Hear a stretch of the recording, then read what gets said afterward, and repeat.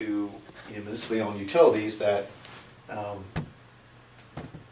of aggregate a larger set of values that solar brings. Yeah. Now in Houston and in Dallas, you've got the deregulated market where you don't really have that same model, and those utilities actually there is a mandate that they have to follow from the PUC, requiring them to offset some of their load growth with energy efficiency or solar programs. So it's mandated they have to do that. In layman's terms, what does that kind of mean? Well, just for people that don't. Sure. So basically, these there is a mandate for, say, in Dallas for Encore and in Houston for CenterPoint, where they have to reduce some of the. So if obviously they're growing in how much energy they're using, but they have to reduce that somehow. They have to have a program to reduce it. They're not specified as to what programs they need to implement. So in Dallas and Fort Worth, in Encore territory, they have all these energy efficiency programs, and they also have a distributed solar program. Okay. And a rebate. Now in CenterPoint down in Houston, they have those energy efficiency programs as well. They just have decided, for whatever reason, not to include a solar rebate program. Okay. Do you think that's... I am not sure. I know what you're going to ask me. I am not sure as to what the driver is there. I don't know what the CenterPoint executives have decided relative to why they did not decide. They never even had a pilot program. Oh, okay. So they never went down that road of looking at solar as an option. But it's been part of Encore's program now for several years. Okay. Up in Dallas. So what I think is exciting about all of this, and looking at it from a high-level perspective, I'm not an expert like you in this industry, but it's something that I'm very interested in, and I think the audience is very interested in, because I think it is sort of the future that we're approaching. It makes sense both financially, it's getting there, much more so financially. It obviously makes sense environmentally, and moving away from coal and all these other things. So what I kind of want to know from someone that sits in your seat, in general, what do you think the next 3 to 5 years is going to look like here in Austin in terms of solar growth? Like, there's a lot of new technology. What is your... Yeah, so I think a lot of the solar growth or the growth potential for this market, to a large extent, is driven by city goals. So we've got mandates for Austin Energy of having a certain amount of their portfolio be generated from renewable energy sources, and we keep on seeing those levels increase as more and more people kind of get engaged and demand that we have renewable energy as the major, or if not the majority, if not almost all of our portfolio. We've seen towns like Georgetown where they've gone 100% renewable energy for all. Wait, really? Yeah. What? Yeah, Georgetown. Not even Austin, Georgetown, 100%. Explain this to me. This is... They've signed long-term contracts, wind and solar. Now it's not distributed, it's mostly utility scale. Okay. But they've signed long-term contracts, so they have their own utility in Georgetown, and they are 100% renewable energy provided. I think as of last year. What? Yes, they've gained some worldwide notoriety. Really? Yeah. Have you been there? Have you seen it? I haven't seen it, but I've talked to their city manager about their programs, and they're all in. They're all in. Really? Yeah. How far away is that from Austin, approximately? 25 minutes north of Austin. Really? Huh. Maybe it'd be interesting to take a trip up there. I think so. Yeah? I think so, yeah. You think they'd be open to that? Absolutely, yeah. Their city manager's been down here a couple times to talk in Austin. I've seen them talk about their programs, and they. It's funny when I talk to them. I think it's Chris Foster. I think is the city manager there, and says the one thing they didn't expect is that they're getting calls from all over the world for interviews and to see why this town in Texas decided to go to 100% renewable energy. So they've gotten a lot of great PR out of it for Georgetown. That's amazing. Yeah, And it's fantastic. that would be great for Austin too. Then I would It think. would be great. It would be great. Do you think that they would maybe model something like that? Simply because of. Well, it's a little different in Austin. In Okay. Austin, you've got a utility that has been traditionally a vertically integrated utility, which means that they own a lot of the generating assets. So they own parts of gas plants and coal plants, and it's a little bit harder and takes longer to kind of turn over these assets to start to migrate to renewable energy. So there's a little bit more inertia they have to overcome. Okay. A utility like Austin, or in CPS even for that matter, where you do have a generating fleet that you are using as well to help generate electricity. So even though that's the case, we do have a lot of older plants, and we are seeing Austin Energy starting to look at, they have the Fayette coal plant down outside of town, and trying to get that closed down here in the next 5 or 6 years. Oh, really? Huge, yeah. So we're starting to get, continue to get off of the brown power and get more into the green power. Okay. What do you think it'll take, to really drive that to make sure? Because it can go either way still, right? Yeah. So you think it'll be more from consumers, businesses, the city? I think it really, at the end of the day, city council dictates a lot of what we're going to do Okay. with our power plan. So, and city council is responsive to people that go and talk to city council. So, a lot of this comes down to, engaged citizens that are interested in really helping write that story for the future. Do you think there's been a lot of engagement so far from Austin people or businesses? Yeah, there's been decent engagement, but it seems like a lot of times it's the same, 30 or 40 people that are really, always down there, and there's can always use more support, and it's amazing how much influence you can have if you really set your mind to getting to know your council person, talking to them about what concerns you. If you're interested in seeing us get on more into green power, renewable energy, those discussions make a big difference. Don't you think everybody's interested in that? Excluding the. Yeah, there's a lot of variables that go into power, and energy. But right now, natural gas is really cheap. Yeah. And if you're looking at your energy and you say, well, I can get really cheap natural gas right now, do I want to change that? Do I want to, look ahead, more than 2 years where I can, the future? Solar, you talk about solar or wind, the cost of that fuel is zero, right? That's the beauty of, once you build the power plant, the operating costs are almost nothing because there is no fuel cost. Right. And there's always a hedge you have to make when you're talking about coal or natural gas, and it may be cheap now and spike in the future. Just look at it's very volatile, or traditionally has been volatile, prior to the fracking boom. But at some point in time, it's going to become volatile again. So, do you want to have that volatility you've got to deal with, or do you want to have a locked-in zero fuel cost for 20 or 25 years? Well, that's what So it's a long-term versus a short-term horizon. Where's your focus? That has a lot to do.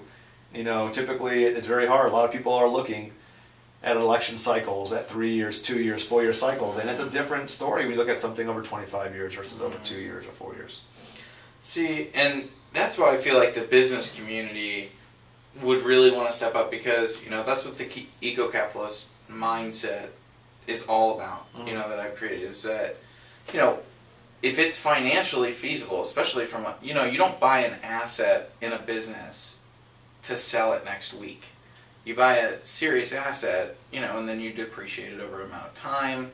You're looking ahead because you look at the end cost, right? Not the immediate. That's kind of why you're in business, is to buy it up front and then be able to spread it out over time. Correct? Yeah, and we're seeing a lot of you do see a lot of larger businesses that that are engaged. That that have sustainability directives as part of their business plan, that have sustainability managers, that have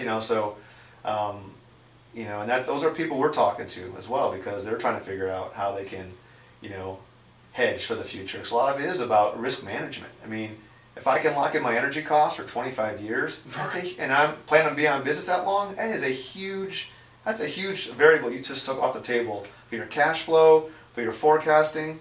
I mean, it's a big deal, and you see a lot of big companies that are really getting into this game. Walmart and Target and Kohl's and Home Depot and Lowe's, and I mean, just lots of companies that are getting into Google. I mean, right, exactly, and it's yes, I'm sure they want to do the right thing for the environment, but let's be honest. I mean, like, they're doing these things because it makes sense financially. It makes sense financially. That's right. And so when you have that many powerhouses, that many corporations that are world-leading corporations doing that, I'm shocked that more larger to medium-sized businesses aren't at least more open to it, or finding other alternative ways to bring it to light much faster. But do you think the technology is there? That's kind of the next part of what I think is exciting, is the integration of technology and social media and the internet and all these things, and how we can utilize those to benefit moving forward with solar. Like you said, solar's been around since the 50s, yet you would think it would be on every rooftop in America, but it's not, right? So yeah, I mean, there's a lot of opportunities with businesses, and a lot of opportunities that are really starting to traditionally haven't really been an opportunity, but now they are. And one of them is just the fact that you have a completely different electric rate structure for businesses as compared to residential. Okay. So for residential, for your home, you get charged for how many kilowatt hours, how many units of energy you use. Period. So that is how they charge you. And that'll never change, Well, no, I think. Well, I don't know. It's starting to change in some states. I mean, right now, solar is a pretty disruptive technology for the entrenched utility that's been operating under the same business model for 100 years. So when their business model is, we build a big plant, we build a bunch of wires, we ship electricity one direction, and that was their business model. So now we've got homeowners who are generating their own electricity, using it and shipping it back into the system. That completely changes the business model. And I think there's been a lot of heartburn over how this 100-year-old business model adapts to the realities of distributed energy. So we are still seeing that there's still a lot of that getting worked out. It's different markets have different approaches. But it's going to be a little bit messy until utilities figure out how they operate in a space now where they are not the only game in town, right? Yeah. Every single person in their community might be putting solar on the roof and using electricity at certain times, shipping it back into the grid, and now they've got to figure out how they react to a completely different kind of energy flow situation. So there's a lot of moving parts right now. Yeah, but that shouldn't slow things down ultimately. I mean, don't you think the taxi industry or Blockbuster, Is Blockbuster still in business? No, that's what I'm saying. It's like, they should have been Netflix or bought Netflix, right? If we're just going with that example, Netflix was a very disruptive industry or business model. They had plenty of opportunity to do that. They definitely had the capital resources to do it. They didn't do it. Netflix even tried to sell it to Blockbuster for some ridiculously low cost. It was $1 million or something. And they put them out of business in 3-4 years? Yeah. Really, really quickly. You see the same thing with the taxi industry. I guess what I don't understand is that both those businesses they helped the market, but they didn't help the environment. This is an industry that it would help the environment. That's right. It would help financially. We'd have sustainable, cost-effective, all these things. I just guess I don't understand why we have to be so cautious with that compared to the other industries? Well, I mean, you're dealing with utilities. You're dealing with regulated markets. Right. Okay, that's a good point. You're dealing with mission critical. I mean, if I don't have a taxi, it's not a big of a deal if I don't have electricity. Right. So, right. I mean, you're dealing with kind of different industries. However, you have the same disruptive change happening. Right. So the utilities, I think a lot of them feel like they're in that adapt or die space, and they're trying to figure out, well, how do we adapt? And so, like I said, we've seen a lot of pushback in a lot of markets in Hawaii and Nevada and a lot of other states where Arizona, where utilities kind of have this knee jerk, like, okay, let's just slow down PV. We need to slow it down because we don't own it. We need to figure out how we can just, kind of retool and get in front of this. Yeah.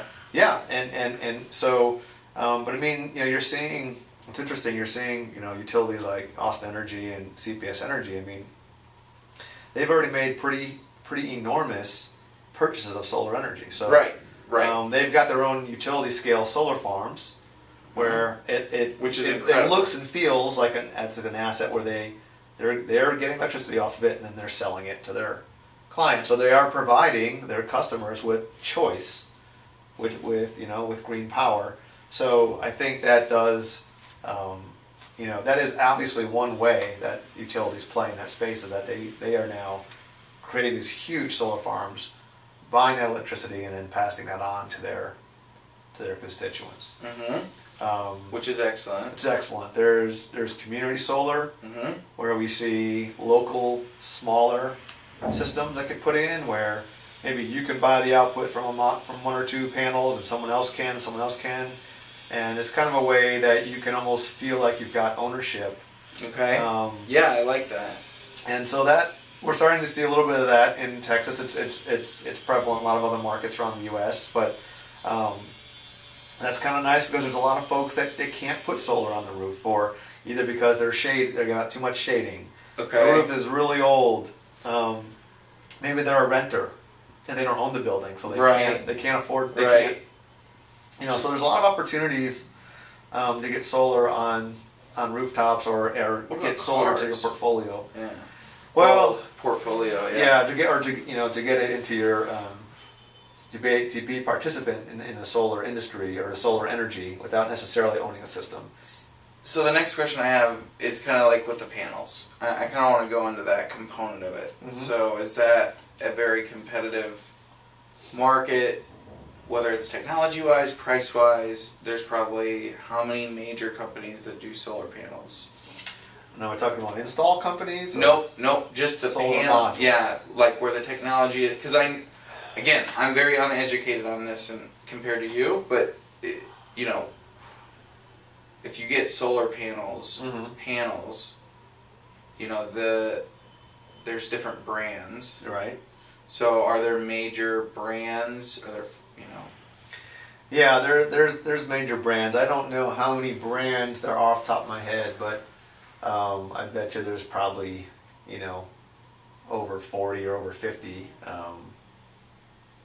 brands out there. Okay. Still, I mean, there's been some consolidation in the market. We've seen prices really plummet.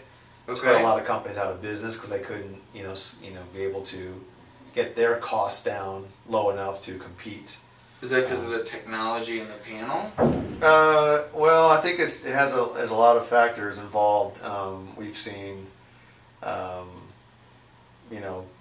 huge price drops due to situations where there were oversupply.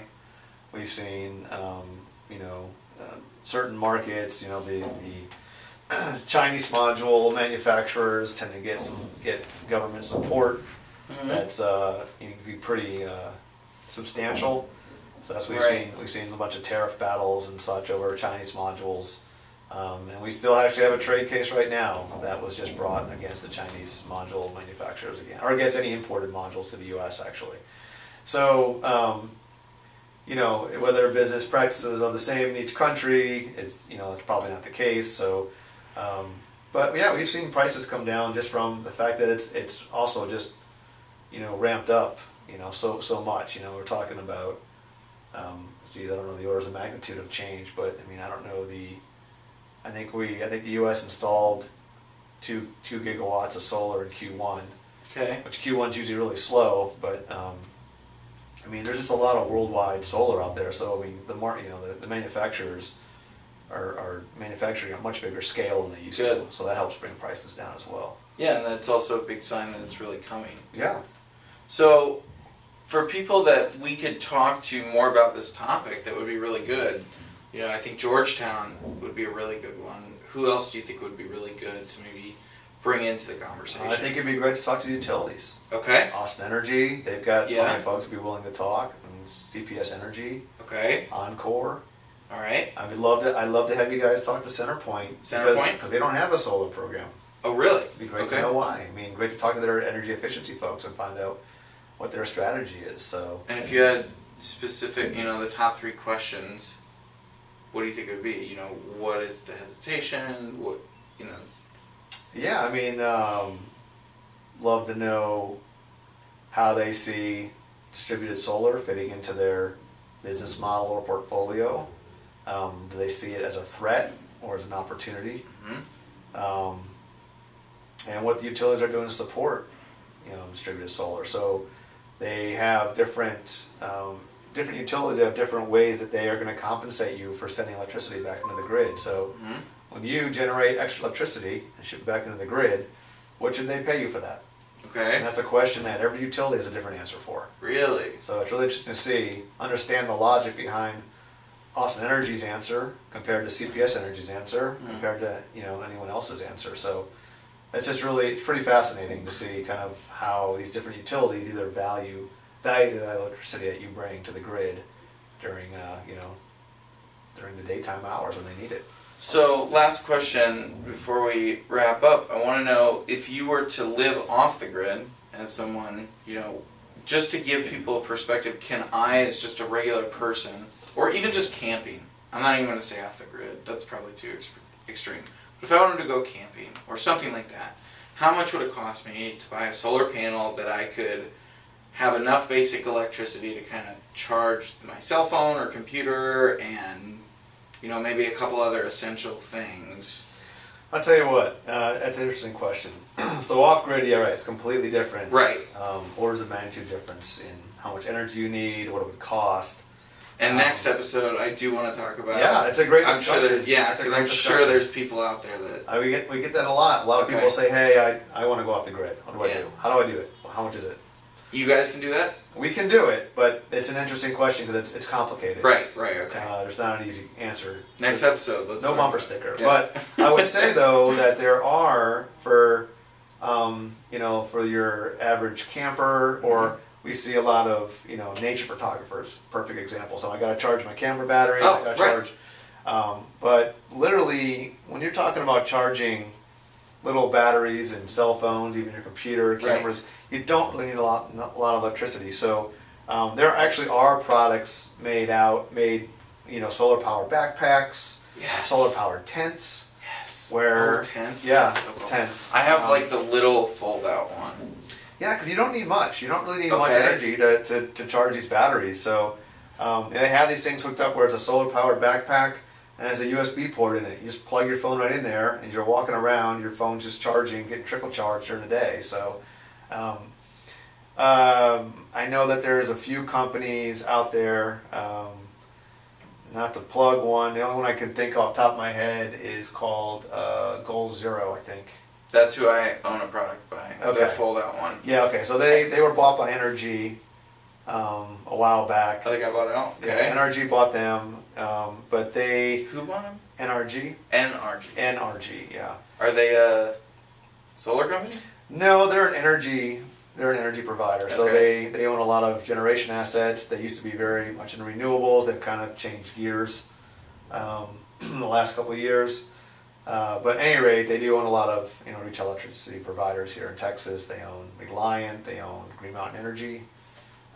So they're pretty big. They're a big player in the energy space.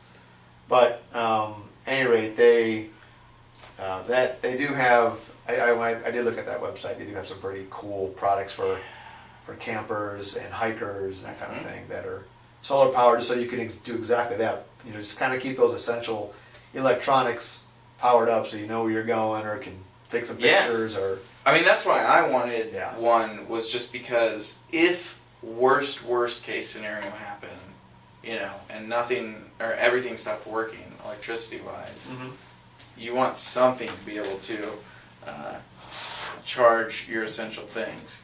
How many other companies are there like that out there? I mean, do you think that they would be an interesting company to talk to? Absolutely. I mean, anyone that's involved in the solar space, you know, they're filling a really interesting niche, right? I mean, it's off grid on the most micro scale, right? It's like I'm an individual, right? And I'm out in the woods, and there's a solar market for that person.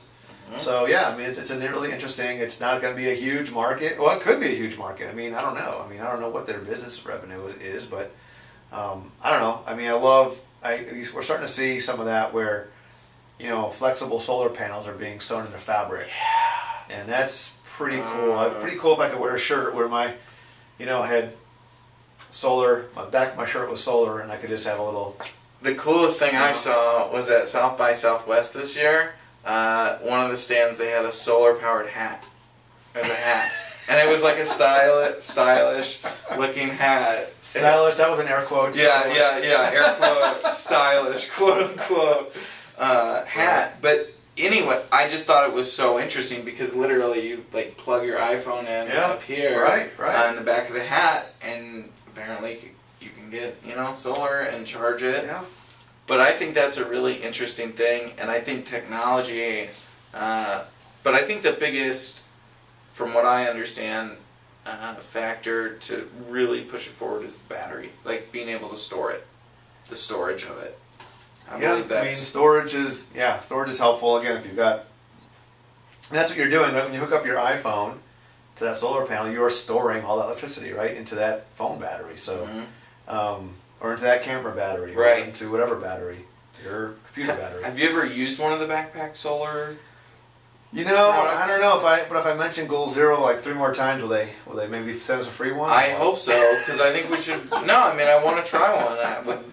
I would love to try one, and I'm technically a customer of theirs already. Well, there you go. Maybe you got an in on that. Yeah, I think we should try to get them on the podcast, or send us a backpack so we can try it out ourselves. And also, I think it would be really great to have Elon Musk. You know, again. Well, there you go. Start. You know, go big. Go big or go home. There you go. Well, I really appreciate you being on here. We're definitely going to. So, the people that we're going to reach out to is Georgetown. Okay. The solar backpack company. What was the third person? Utilities. Yeah, the utility companies. Austin Energy. They're here. They're local. Yeah. So They're accessible. Okay. All right. I'm gonna make that happen, and we're gonna have a podcast next time with them. Great. Yeah. Sounds good. Thank you so much for being on. All Everyone, please provide any questions, comments, any feedback that you guys have, any topics that you want to hear next about solar. We have one of the best experts in the industry. Oh boy. You are. You know it. So thank you so much, and everybody have a green day. Thank you. Turn this on.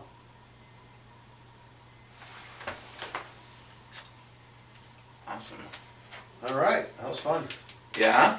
Yeah, it was a good time. That was easy. That was easy flow. See? I told you. I think we can do... So, do you think we can do this once a week? Once every other week? Yeah, I think once every other week probably works, and I'll be... Yeah, I mean... Yeah, definitely. So where am I going to find these things? Where can I... Well, so now, when I need a Facebook link to send to my... Yeah, well now I know that I'll definitely... Because again, you were the first episode. You know that, right? Yeah. So it was like getting it started and getting all those things jumped through. I actually did you twice because I recorded you when you were talking at that... at the Austin... At Solar Austin. Is that bad? No, I don't know. I did it to plug you, man. Like, I'm trying to help you. Like, that's... I just don't know how that came out. I don't recall... You did a great job. How that went. I even texted you the next day. I'm like, I saw you kicked ass in that speech. Thanks, I appreciate you that. did. You really did. And I was watching the audience. You know, they were connecting with it. So I thought that was good. It was fun. But yeah, I think we can get some of these companies to I want to try to do that because I think that's how we're going to be able to grow it. Mm-hmm. And, you know, subconsciously or consciously, it's going to get more attention for Native. It's going to get more attention for you. Like, yeah, I love it, man. It's all good stuff. I mean, anything, it's all a bunch of little pieces, right? Yeah, exactly. It's together. A constant. So I guess what my underlying tone with you and me, though, is I don't want you to ever feel that, you know, I'm trying to hurt you. Like, I'm trying to help. No, I don't think so. Okay, good. I got to help myself, though. I got to, you know, so. Well, that's why I want to try to get. I think we could, if we legitimately committed to this for 6 months and put out content like this, we're going to stir up conversation. You know, we're not stabbing anybody. We're just stirring up conversation. I think we're going to be able to get sponsorships, and I think we're going to be able to bring in some really interesting people. Because the more people that we get to come in and talk, you know, I think that'll expand the network. Sure. You know, like Elon is obviously the end goal that's almost that impossible one to get. But nothing's impossible, my friend. Yeah, I mean, it's just getting so the one, I don't listen to a lot of podcasts. The one I occasionally listen to is Energy Gang. Okay. You know those guys? Do you know them? Do you know Jigger Shaw? He started Sun Edison. He left. Should I write this down? Well, he's a bigwig. Oh, is he? Yeah, he's a financial. He does a lot of raising capital for renewable energy projects. But the Energy Gang podcast, those guys. I think if you were to say who owns that space, it's those guys. Like they're at the Solar Power International, the big SPI. It's the big, annual conference. They're always there. They do a live podcast from the conference, and they've got, I don't know what they're following. I don't know how you rate podcasts, but I'm sure that they're up there. What is the name? Energy Gang. Can't remember the other guys in it. It's a woman, a guy, and then Jigger Shaw. Jigar space. I think it's SHAW. Okay. Do you think we could talk to them? them? Are you taking notes, or you just... I don't have any Wi-Fi. You don't? Oh, well, we do. Okay. What is it? Oh, Native. Native. Try that. I think it's distributed is the word. Small letters. I think that's it. Did that work? Thank you.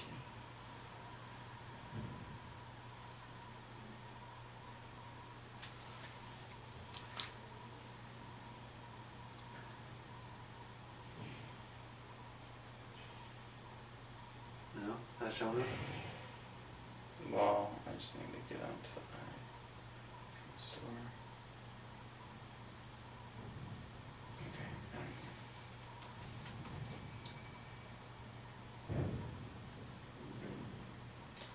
Green Tech Media?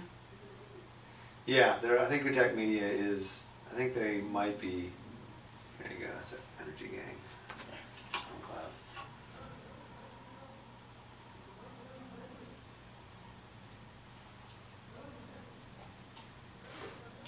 Yeah, so Stephen Lacey is the host.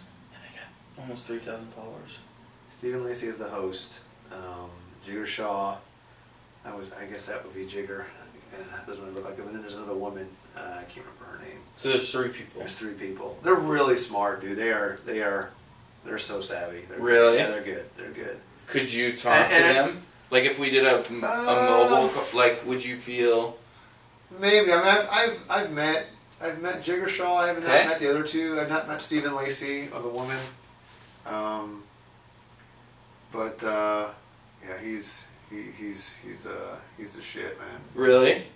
Yeah. So would it mean a lot to you if we could get on that? Yeah, it'd be kind of interesting if we could find the right, the timing and that whatever that issue is that he would be engaged on. And what do you think that would be? I mean, like. Probably something to do. So the guy's into he's into big stuff, big projects. So either something huge, like there was some huge commercial, like let's say like Georgetown? no, Okay, it would, like well, what? I don't know. I'd have to think about it. Well, what were you gonna say? I was gonna say if there was like some other like Google, like because Google did like some huge, Google did like $500 million into a fund for solar installations at Solar City. I think Google, Solar City. Solar City? Yeah. I thought Elon owned Solar City. He doesn't own it. He's like the CEO of it. Whatever. You know what I mean? I know He what you controls it. Yeah. But Google, and if you type in, if you Google and Solar City investment or fund, I think there was a 500 million. There it is. Yeah.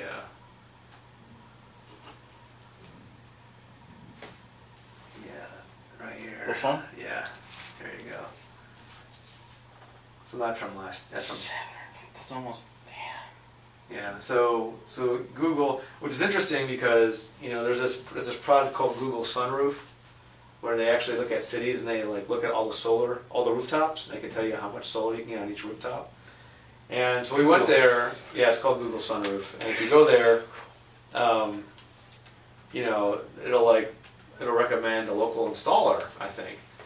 And I was trying to get on that. I was like, hey man, we need to get native on here, Yeah. And but I think they're really tied into Solar City. It's like Solar City is like their preferred provider because they're in bed with Solar City, man. Because they got $750 million with Solar City. So it's, they've got this. There's this huge. I mean, it's going to become a huge lead generation platform, I assume, at some point. Are they your competitor? So cool. Solar City is, yeah. Put in. I don't know if they've got Austin in there. Put in an Austin address if you have one, or. Okay. Yeah.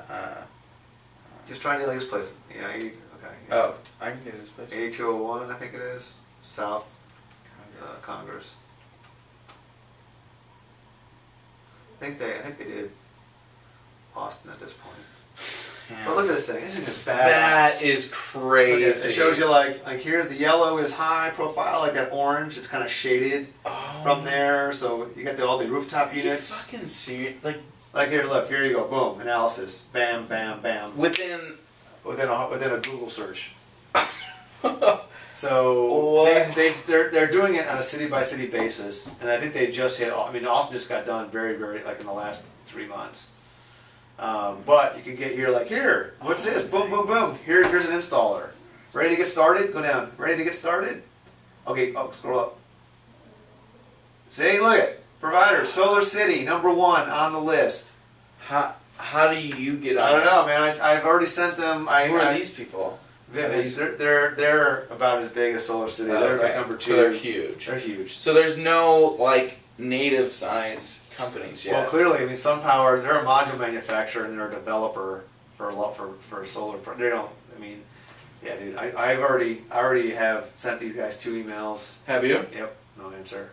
Nothing. 0. No response either way. What did you send them? Because I'm trying to think of how I can help you because I'm not directly tied. I just want my name on this list. Okay, that's what you want. I want my name. I want to be in the conversation right here. Oh, Can you forward me the email? These guys.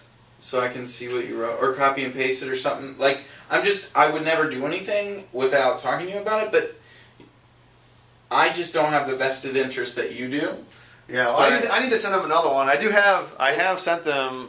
What have you said? Well, oh my God! Look, this is crazy. Yeah, it's awesome. They've got this shit mapped up. You guys are like the biggest one on here right now. Oh, hold on a second. All right, hey, I got a meeting at 3, a phone meeting at 3, right. So I'm gonna have to. I mean, it's 2:45, so we got a few minutes, but hey, I gotta. No, that's fine. Interested in Project Sunroof.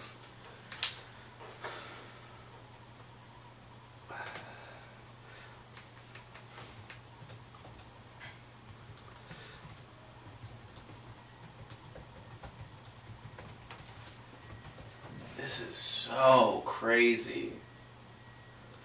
Yeah, I sent an email to Project Sunroof /partners@google.com on March 15th. So I'll send them an email every day until they respond to me. Let me do that. That'd be fun.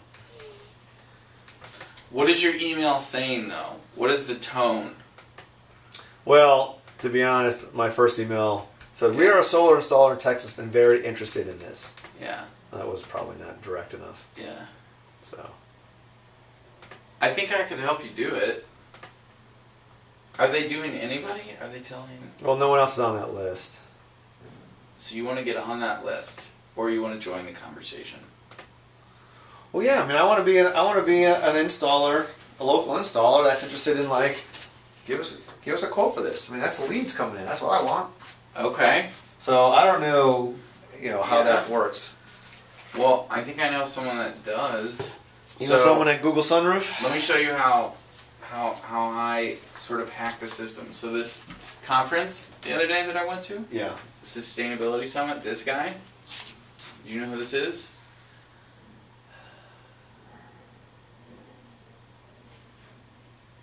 He's an investor in there. No, I had never heard of him. So what I did before the conference was I started on Twitter saying, I looked up all the people that are coming to talk, and I started tweeting, this guy is great, this is the VP of Nike's fucking sustainability. Yeah. They don't need any Texas plants? Yeah, but he started converging with me on, he's like, "Oh, thanks, Steven. Just landed in Austin, ready for a great conversation tomorrow." I got to meet him. Hitachi USA interacted with me on Twitter. Yeah, there's some big names in there. I saw the list, but And this Capricorn guy I got an interview with talking about Elon.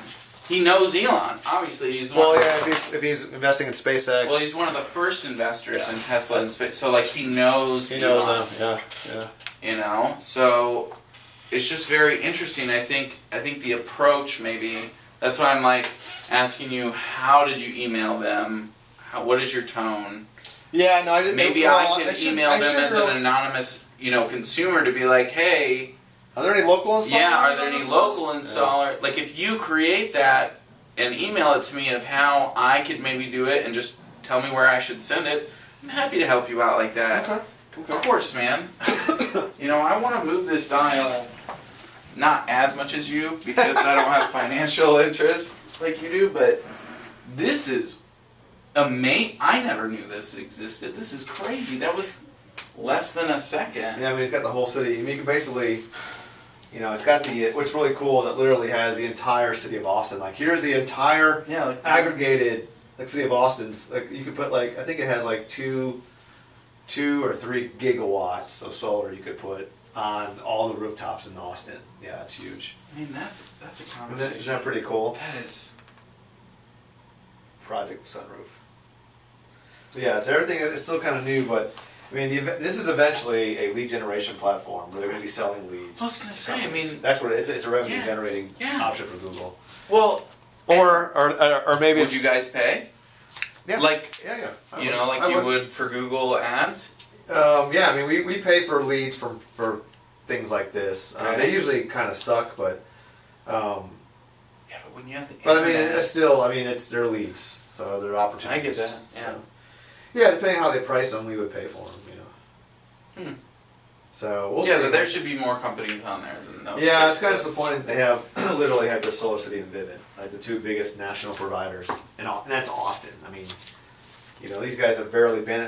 SolarCity's been working in Austin for less than 6 months, believe it or not. So, yet they come in here with this ridiculous, marketing power, because that's a pretty cool platform. Here, I'll show you. Yeah, you should listen to one of the recent, just to get a kind of a flavor of they've got a great conversation. Oh, look at that. Yeah, man. That's cool. Yeah. What are these other ones that you did? Are these all yours? Yeah. Yeah. So what other ones have you done? Let me see. Kevin Coyam? Yeah, he's the CEO of Capital Factory? No, that's Josh. Okay. Josh is Capital Factory. Kevin is Austin Tech Ranch. Oh, okay. And who's this? Who's Taylor Lawrence. She's in Washington, D.C. She's like a big shit reporter. Yeah. She covers a lot of very interesting. She works with Z Prime. The rabbit. Yeah, I know. Oh, cool, man. Yeah, so. And then you were the first one. Nice. Let me send this. Yeah, shoot that over to me. Yeah. That'd be great. Let me send it to you right now. Do you want it through SoundCloud or do you want it through iTunes? Doesn't matter. I'll just. Do I need to get what's the deal with Sound? I don't even use SoundCloud. Do I need to get a Okay. subscription for that? No, Or is it not free? I need to get a subscription, or What I mean, I as someone for you it's free. Yeah, that's fine. Let's hook me up with that. Oh yeah. Okay. So next week. So what I'd like to do next week, Yeah. if we can do it next week, or not next week, but the week after next. You know how you said every other week? Mm-hmm. What we'll do is, we had sort of a sub conversation that we were going to go into, like with the being off the Referrals grid, and stuff? referrals Okay. or being off the grid. We'll like tape 2 sessions, 2 30-minute sessions real quick, Uh-huh. and then so that way, because I'd like to be able to get where I can release one every week. Okay. Oh, I see what you're saying. You know what I mean? I got you. The That's audience doesn't. We have can to do that. We can do 2 30 minutes if that's easier. something like that. Okay. Okay. All Yeah, I right, thought man. that was really good, and Well, it's fun, man. Thanks for stopping by and. you doing anything this weekend? Are you gonna come here tomorrow to watch that brewery? No, I'm not. I mean, Kids. it's almost, I coach softball for my daughter, so. Okay. And we're in the all-star season, so it's pretty hot and heavy. We got a tournament this weekend in Georgetown. Oh, I do mean- you really? Well, it's funny, he said, how far is Georgetown? I was there last night for we had a pool play game up in Georgetown. So Yeah. I'm like, yeah, it's like 25 minutes away. I had to drive up there. Do you have his contact? Like, I will Yeah, it's legitimately call him Monday and try to get an appointment.